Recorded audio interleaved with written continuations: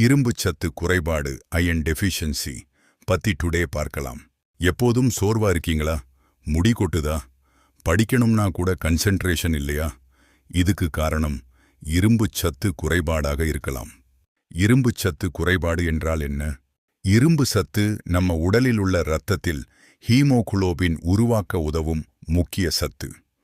இது குறைந்தா இரத்த சோகை, அனீமியா வரும்.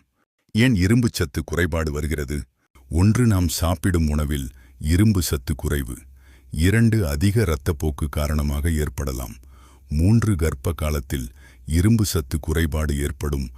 4, குடல் உறிஞ்சுதல் குறைவு. 5, குடல் புழுக்க இருந்தாலும். 6, நீண்ட நாள் நோய்கள் போன்ற சில கிரானிக் டிசீசஸ் காரணமாகவும் வரலாம். முக்கிய அறிகுறிகள் என்ன? அதிக சோர்வு, முகம் வெளிர் நிறம், முடி கொட்டுதல், நகம் உடைதல், மூச்சு திணறல், மயக்கம். பெண்களுக்கு இது அதிகம் இருக்கும். எந்த உணவில் இரும்பு சத்து அதிகம்? முருங்கைக்கீரை, பசலைக்கீரை, கருப்பட்டி, பருப்பு வகைகள், சுண்டல், கல்லீரல், நான்வெஜ். டிப்: வைட்டாமின் சி உடன் சேர்த்து சாப்பிட்டா அப்சார்ப்ஷன் அதிகம். இந்த அறிகுறிகள் உங்களுக்கு இருந்தா பிளட் டெஸ்ட் பண்ணிக்கோங்க.